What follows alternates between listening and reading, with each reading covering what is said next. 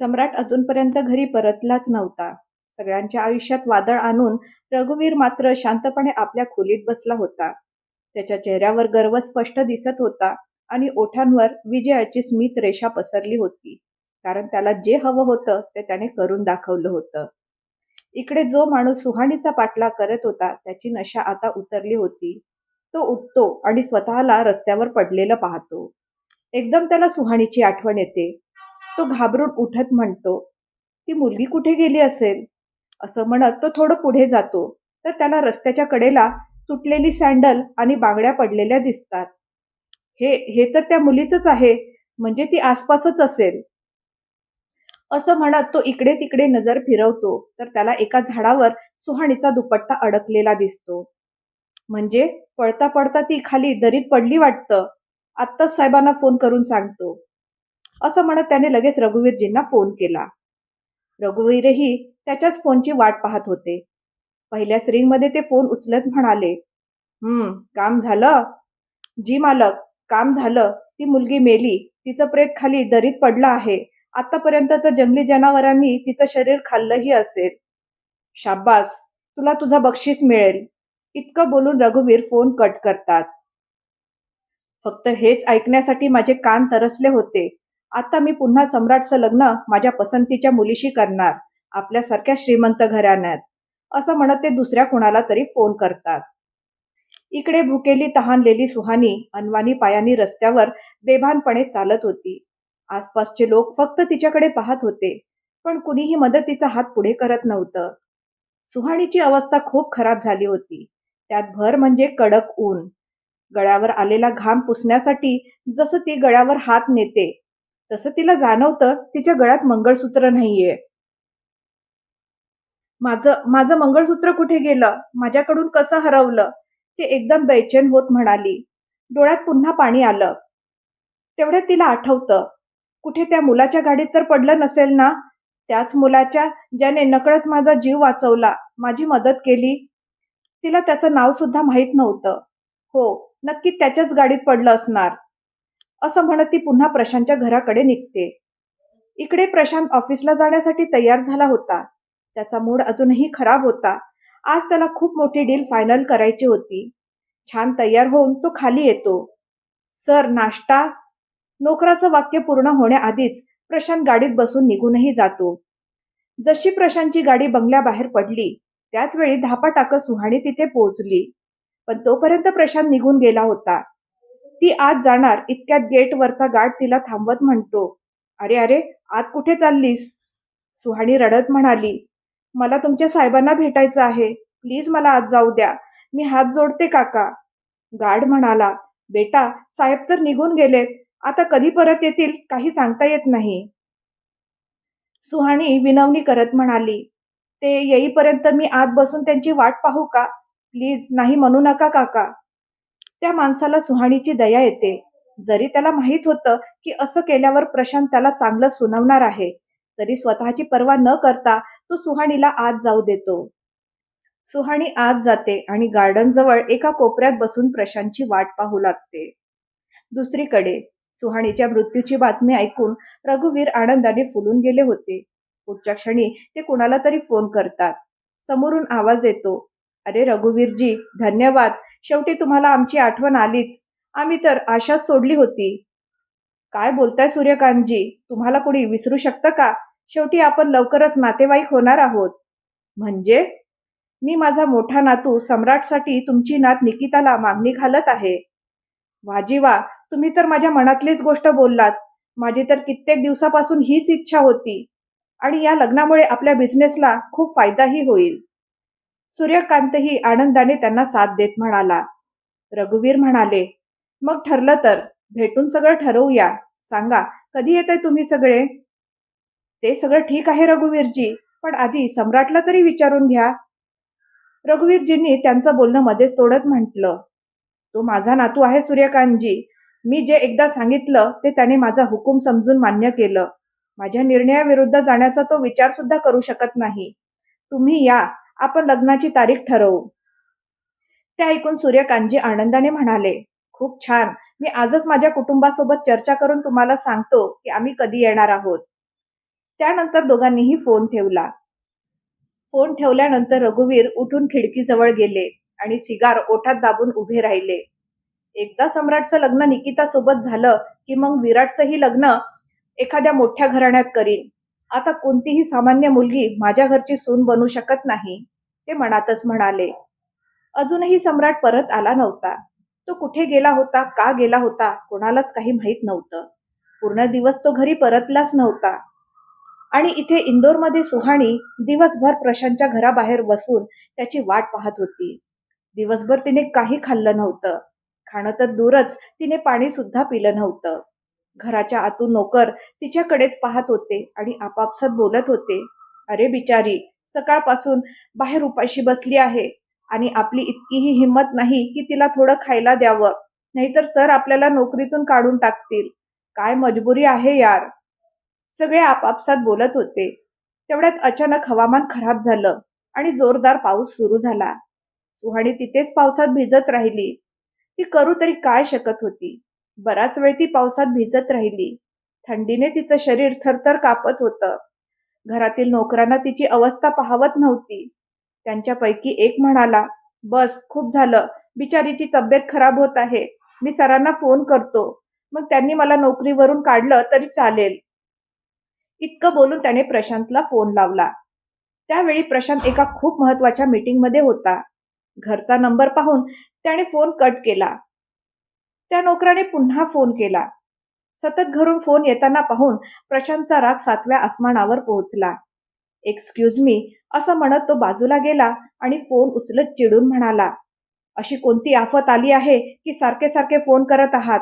कुणी मेलंय का? प्रशांत दात आवडून रागाने बोलला. सर, ती मुलगी. नोकर घाबरत घाबरत म्हणाला. कोणती मुलगी? काय प्रॉब्लेम आहे? प्रशांत पुन्हा गरजला. नोकराने घाबरत म्हटलं, सर, ती मुलगी सकाळपासून तुमची वाट पाहत आहे. अजूनही पावसात भिजत बसली आहे. तिची तब्येत खूप खराब होत आहे. हे ऐकताच प्रशांत जोरात ओरडला. What the hell? कोणती मुलगी? सर, तीच जी सकाळी तुमच्या गाडीत होती. त्यानंतर त्या नोकराने त्याला सगळी गोष्ट सांगितली की ती सकाळपासून त्याची वाट पाहत आहे आणि म्हणत आहे की तिचं काही सामान तुमच्या गाडीत राहिलं आहे. हे ऐकताच प्रशांत प्रचंड रागाने म्हणाला, व्हॉट रबिश, ही फालतू गोष्ट सांगण्यासाठी तू माझा वेळ वाया घालवलास? तुझी हिंमतच कशी झाली? पण सर, ती मुलगी. नोकर घाबरत म्हणाला. प्रशांतने त्याचं बोलणं मध्येच तोडत म्हटलं, त्या मुलीकडे लक्ष देणं बंद कर आणि तुझं काम कर. ती रात्रभर तिथे पडून राहिली तरी मला काही फरक पडत नाही. आणि तुला तिची इतकी काळजी का वाटते? जास्तच काळजी वाटत असेल ना, तर तिला घेऊन आत्ताच्या आत्ता माझ्या घरातून निघून जा. इतकं बोलून त्याने फोन कट केला. कुठून कुठून येतात असे लोक कोण जाणे. मला काही फरक पडत नाही. ती जगली काय किंवा मेली काय, असं म्हणत तो पुन्हा आपल्या कामात गुंतला. इकडे सुहाणी अजूनही पावसात भिजत होती. पण त्या पावसात आणखी एक जण भिजत होता आणि तो म्हणजे सम्राट. रस्त्याच्या मधोमध स्वतःच्या गाडीला टेकून तो उभा होता आणि पावसात पूर्ण भिजत होता. दोघांच्याही डोळ्यात अश्रू होते. त्यांच्या चेहऱ्यावर पावसाचं पाणी जास्त होतं की डोळ्यातून वाहणारे अश्रू, हेच कळत नव्हतं. सुहाणी सम्राटसाठी रडत होती हे समजण्यासारखं होतं. पण सम्राट का रडत होता? तो सुहाणीसाठी रडत होता की रघुवीरने दिलेलं पत्र खरं मानून तुटून गेला होता?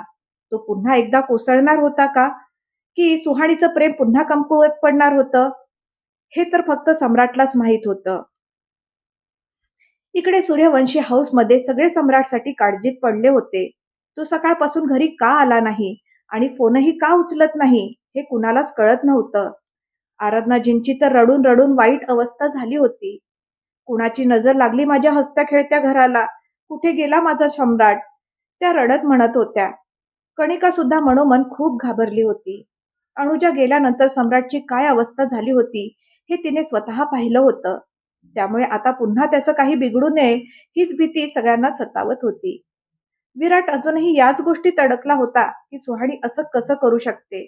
कारण गेले 2 महिने तो स्वतः त्यांच्या प्रेमाचा साक्षीदार होता आणि आता अचानक सुहाणीचं असं निघून जाणं, तेही पैशासाठी, हीच गोष्ट त्याला सतावत होती. रघुवीर त्यावेळी कुठेतरी बाहेर गेला होता. तो कुठे गेला होता हे कुणालाच माहित नव्हतं. दुसरीकडे पावसात भिजत सुहाणी अजूनही प्रशांतची वाट पाहत होती. आणि तिकडे प्रशांत अजूनही आपल्या मीटिंगमध्ये अडकला होता. त्याला कोणाचीच फिकीर नव्हती. कोणी जगलं किंवा मेलं याने त्याला काहीही फरक पडत नव्हता. साधारण 3 तासांनी त्याची मीटिंग संपली आणि त्याने ती डील साईन केली. या सगळ्यात रात्रीचे 11 वाजले होते. तेव्हा कुठे त्याच्या एम्प्लॉईजनी सुटकेचा निश्वास सोडला की आता तेही घरी जाऊ शकतील. मग प्रशांत गाडीत बसला आणि घराकडे निघाला. सुहाणी तर त्याच्या विचारात सुद्धा नव्हती. थंडीने कुडकुडणारी सुहाणी अजूनही भिंतीला टेकून बसली होती. रडून रडून तिचे डोळे कोरडे पडले होते. तिला स्वतःच्या भूक तहानीची सुद्धा जाणीव नव्हती. तिची नजर फक्त मेन गेटवर खिळली होती. प्रशांत आता येईल, आता येईल, ती मनातच म्हणत होती. आणि त्याच वेळी प्रशांतची गाडी बंगल्यात शिरली. सुहाणीमध्ये जणू पुन्हा जीव आला. ती कसंबस स्वतःला सावरत उठली. दुरूनच प्रशांतची नजर सुहाणीवर पडली आणि तिला पाहताच त्याचा राग पुन्हा भडकला. या मुलीने तर परेशान केलंय, काय मुसीबत आहे, तो चिडून म्हणाला. त्याने जोरात गाडीचे ब्रेक मारले, ज्यामुळे सगळ्या नोकरांना कळलं की प्रशांत घरी आला आहे. सगळे घाईघाईने आपापली कामं करू लागले. प्रशांत गाडीतून खाली उतरला. सुहाणी लगेच त्याच्याजवळ जात म्हणाली, ऐका ना, तुमच्या गाडीत माझं. पण प्रशांतने मध्येच हात दाखवत तिला थांबवलं आणि म्हणाला, दूर दूर राहा माझ्यापासून, जवळ येण्याची गरज नाही.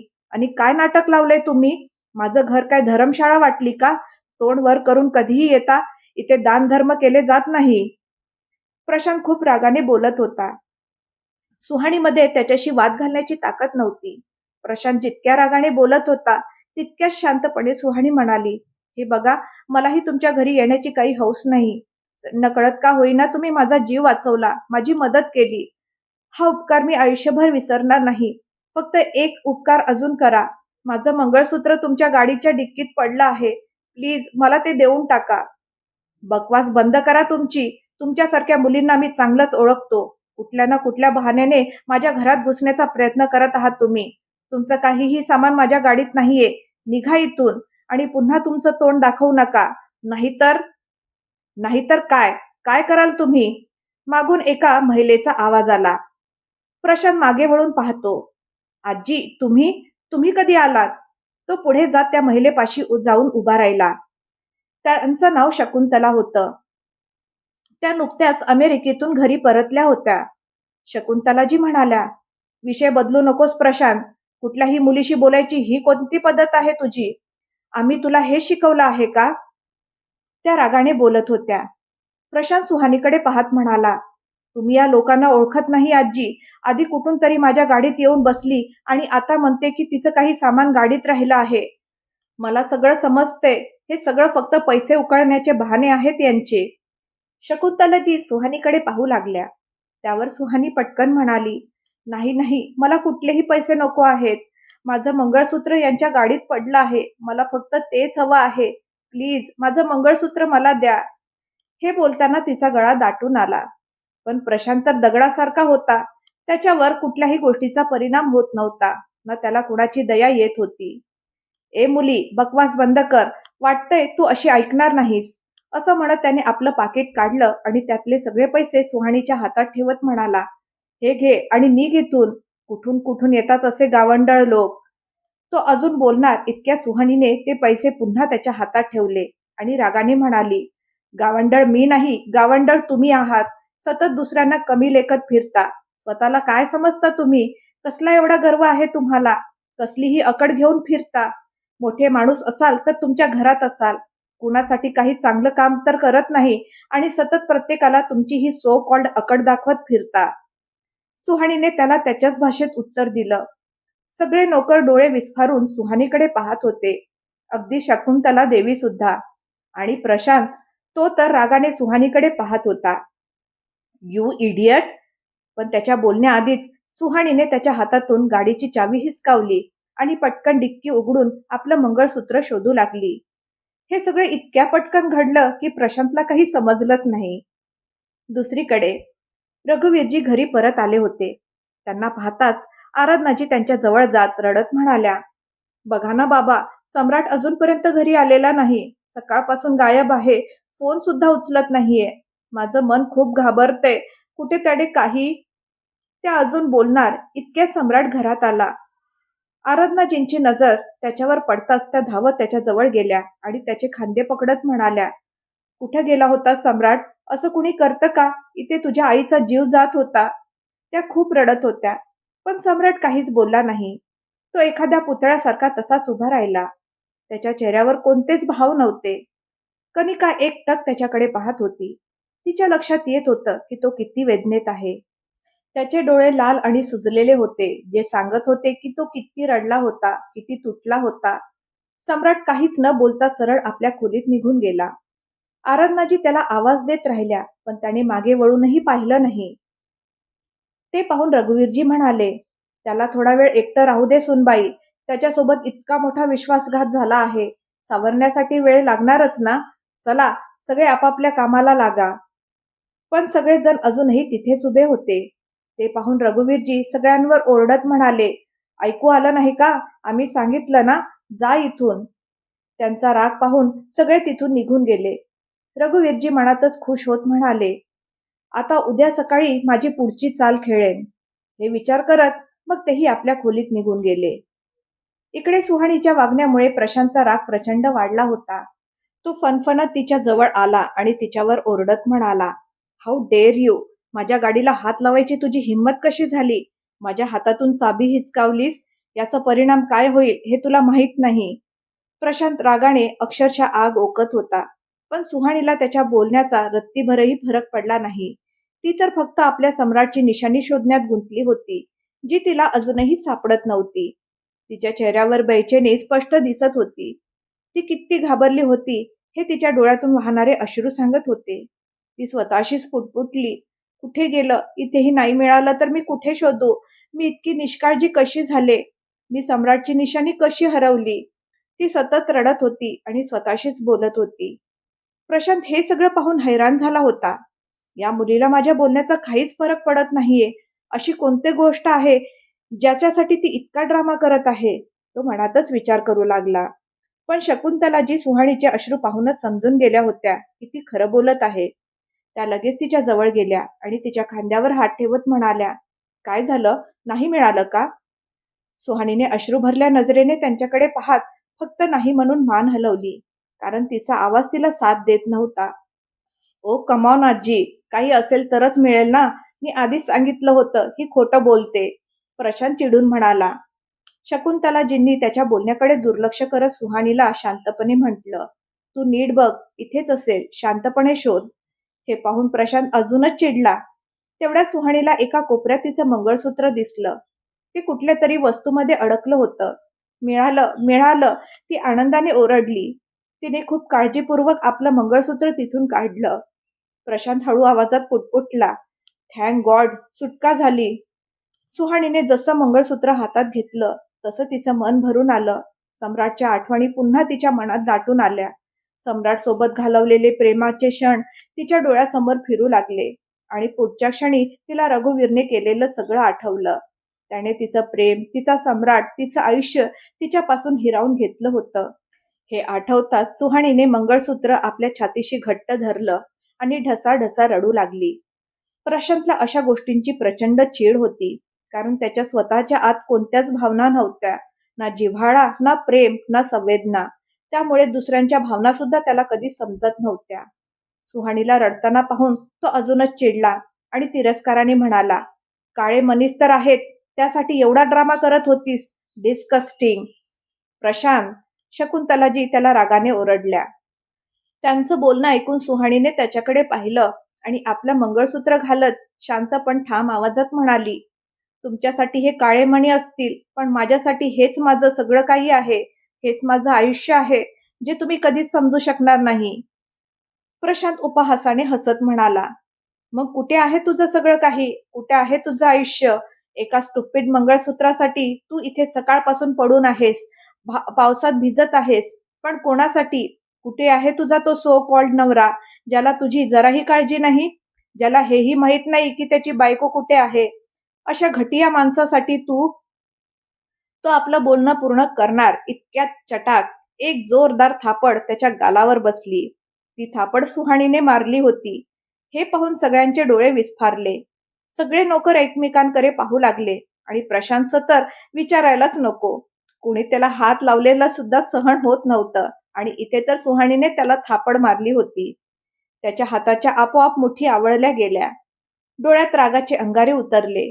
पण तो काही बोलण्याआधीच सुहानी ओरडली, हाऊ डेअर यू! माझ्या नवऱ्याबद्दल असं बोलायची तुमची हिंमत कशी झाली? त्यांच्याबद्दल असा विचार सुद्धा कसा करू शकता तुम्ही? ते काय आहेत आणि काय नाही हे तुमच्यासारख्या हार्टलेस माणसाला कधीच समजू शकत नाही. कुणालाही न ओळखता त्याच्यासाठी अशी मतं बनवू नका. प्रशांतने तिचं बोलणं मध्येच तोडत रागाने म्हटलं, मला कुणाबद्दल जाणून घेण्याची किंवा मत बनवण्याची काही गरज नाही. तुझे काळे मणी मिळाले ना, मग गेट आउट. आत्ताच्या आत्ता माझ्या घरातून निघून जा. तो तिच्यावर अक्षरशः गरजत होता. सुहाणीने काही न बोलता तिथून निघण्यासाठी पावलं उचलली. शकुंतलाजी प्रशांत जवळ जाऊन हळू आवाजात म्हणाल्या, इतक्या रात्री ती कुठे जाईल? त्या तिची काळजी करत म्हणाल्या, ही तिची प्रॉब्लेम आहे आणि तुम्ही तिची बाजू का घेत आहात? तुम्ही पाहिलं नाही का तिने मला हो, तू कामच तर मार खाण्यासारखं केलं होतंस.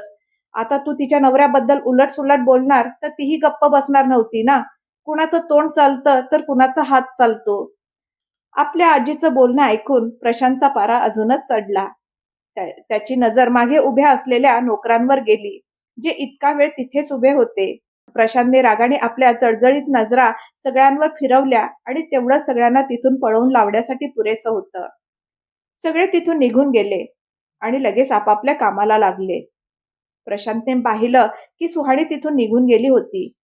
तोही आत जाण्यासाठी वळला, तर दुसरीकडे शकुंतलाजींना सुहाणीसाठी खूप वाईट वाटत होतं. प्रशांत आत जाणार इतक्यात बाहेर गेटवर उभा असलेला गार्ड धावत धावत आत आला आणि शकुंतलाजींना सांगू लागला, ती मुलगी जी इथून गेली होती ती बाहेर रस्त्यावर पडून बेशुद्ध झाली आहे. हे ऐकताच शकुंतलाजी घाबरून गेल्या. त्या पटकन बाहेरच्या दिशेने जात म्हणाल्या, हे सगळं तुझ्यामुळे झालं आहे प्रशांत. कधीतरी माणुसकी दाखवत जा. असं म्हणत त्या बाहेरच्या दिशेने गेल्या. आता काय नवीन प्रॉब्लेम आहे? मन मारत प्रशांतही त्यांच्या मागे गेला. दुसरीकडे सम्राट आपल्या खोलीत डोळे मिटून बसला होता. सुहाणीच्या गोष्टी, तिच्या निरागस खोड्या, तिचा भोळेपणा सगळंच त्याला आठवत होतं. त्याच्या मिटलेल्या डोळ्यातून अश्रू वाहत होते. जिथे एकीकडे सम्राट आणि सुहाणीच्या आयुष्यात वादळ आलं होतं, तिथेच अनुजा हळूहळू राघव सोबत सहज होत चालली होती, पण फक्त एका मित्रासारखी. मनोमन राघव तिच्यावर किती प्रेम करत होता हे तिला अजूनही माहीत नव्हतं. गेल्या काही दिवसात अनुजाची तब्येत खूप बिघडली होती, पण राघवने तिची पूर्ण काळजी घेतली होती. वेळेवर जेवण, वेळेवर औषधं आणि सर्वात महत्वाचं म्हणजे तिला आनंदी ठेवण्याचा प्रयत्न. हा राघवच्या प्रेमाचाच परिणाम होता की अनुजा त्याच्यासोबत आता मोकळेपणाने वागू लागली होती. ती कोणताही संकोच न बाळगता आपल्या मनातल्या गोष्टी त्याच्याशी बोलू लागली होती. आता ह्या प्रशांतचं सुहाणीच्या आयुष्यात येणं हा फक्त एक योगायोग आहे की त्यामागे आहे काही वेगळं कारण? प्रशांतमुळे सम्राट आणि सुहाणी वेगळे होतील की जवळ येतील? जाणून घेण्यासाठी पाहत राहा माय फोर्स मॅरेज. भेटूया पुढच्या भागात. आजचा भाग तुम्हाला कसा वाटला मला कमेंट करून नक्की सांगा. धन्यवाद.